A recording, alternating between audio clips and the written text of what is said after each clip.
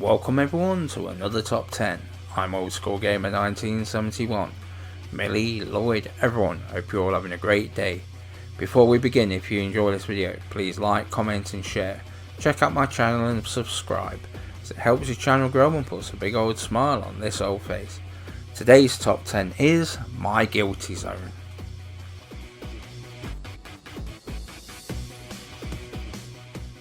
Man, this was a bad year. 6 new entries on this list from last year alone, and that means loads more to feel guilty about. As games have gotten bigger, more complex, new game plus, survival mode and DLC have all extended a game's lifespan. It's hard enough to finish them all, yet alone get that coveted platinum. With years put into development, I do feel a bit bad not platinuming those games I have enjoyed. We have some older games. These have been there for years, and unless the first year of PlayStation 5 is so drastic, then I can imagine they will probably be there next year too. This generation, more than any other, has had a real quality about the games, and looking forward, I can imagine this year's releases will not be any different. So let's raise a glass to My Guilty Zone.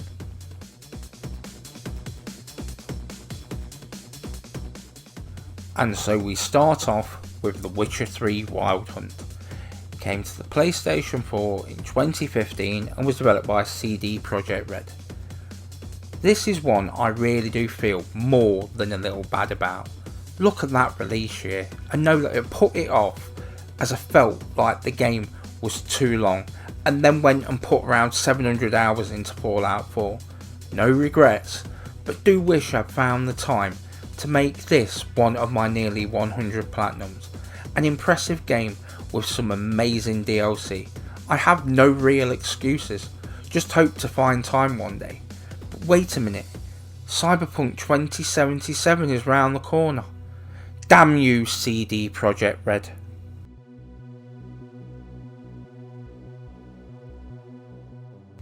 Moving on to number 9, LA Noire. Came to the PlayStation 4 in 2017 and was developed by Team Bondi. This was one unbelievable world on the PlayStation 3, and they ironed out nearly all the kinks with this remaster. This was a technical marvel the first time round, but I enjoyed the game so much I finished it on PlayStation 3, but just haven't found the time for the PlayStation 4. Whilst not as long as some of the other games on this list, this has a solid story and strong characters. It also felt kinda weird that playing what at heart is a GTA game, but as a police officer, felt weird.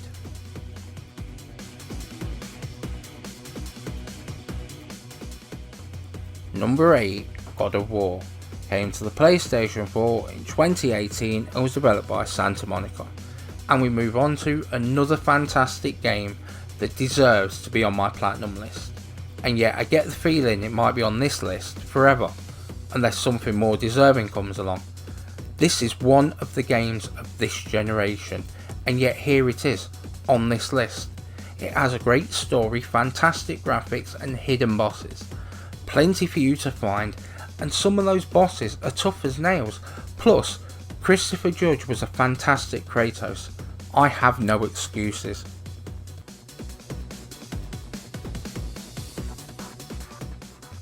My number 7, Death Stranding, came to the PlayStation 4 in 2019 and was developed by Kojima Productions. So Hideo Kojima made a game. Some people loved it and some people hated it. I fall into the former category. The fact it starred some mainstream actors, Norman Reedus and Mads Mikkelsen, its story is long and deep, and certainly I cannot wait for that horror game to come along. This was interesting in the short time I played it, and believe me, I am beaming right now. Walking simulator this may be, but best walking simulator in the world, it most definitely is.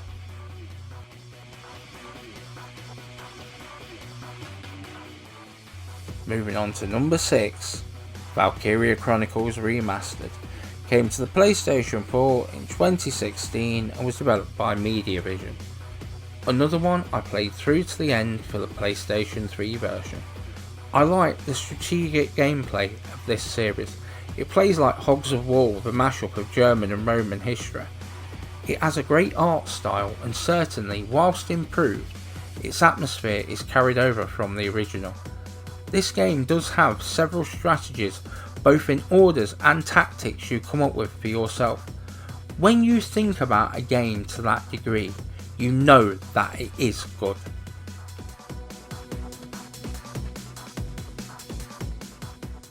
Number 5, Rage 2, came to the PlayStation 4 in 2019 and was developed by Avalanche Studios. This feels like Mad Max and looks like Mad Max on acid. It is just so colourful, with some larger than life characters. Even the opening is impressive. I know the game was criticised by many, but for me it was just fun. Sometimes I want a deep story with emotion, and sometimes I want to shoot things in the face. So I have Life is Strange 2 for the one day, and this for another. Right now it is Days Gone that covers this. Then I will be kicking people in the groin in no time at all. I just know one day I will finish this game.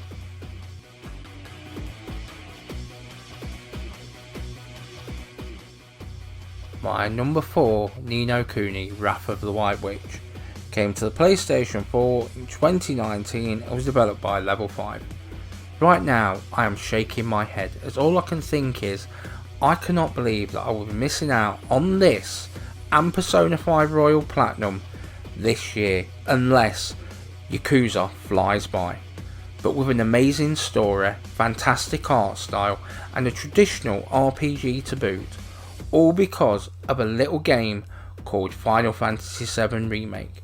I hope I do get to catch up with this one, probably when the PlayStation 5 comes along and upgrades graphics. Not that it needs it, I just want to see it.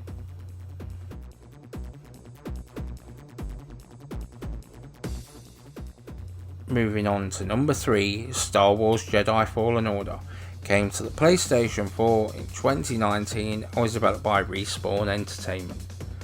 This is such an amazing game. I knew it was going to be good, but not this good. Incorporating elements from both Assassin's Creed and Uncharted, nothing wrong with imitating those games. Probably, scratch that, it is the best Star Wars game in years, especially if you ignore the Lego games. The game and cutscenes look and feel like it fits into the Star Wars universe. Again, this is one I hope to make time for at some point soon. Come on, who needs sleep?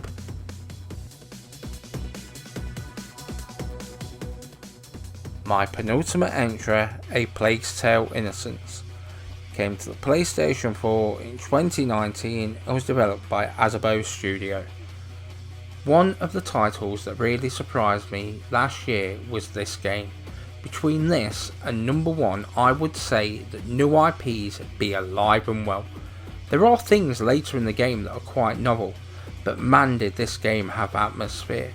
I do feel that I'm doing this game a huge disservice by not playing it, but I guess I should start a bucket list of games, and this game may be the first game on it. I'm even okay with this game being a bit of an escort mission. Okay, it's a lot of an escort mission. Anyway, a great game.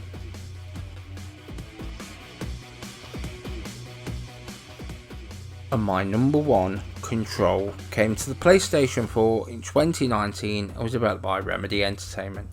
This had to be number 1. I am so happy to have played this game. I was gutted to have ever stopped.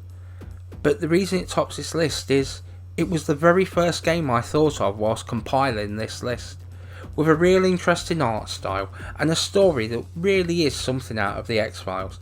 The gun shapeshifts into many guns. To me, there is nothing else out there quite like this.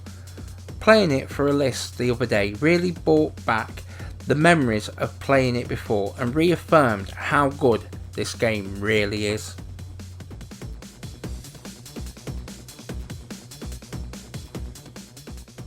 And it's done. Hope you all enjoyed this top 10.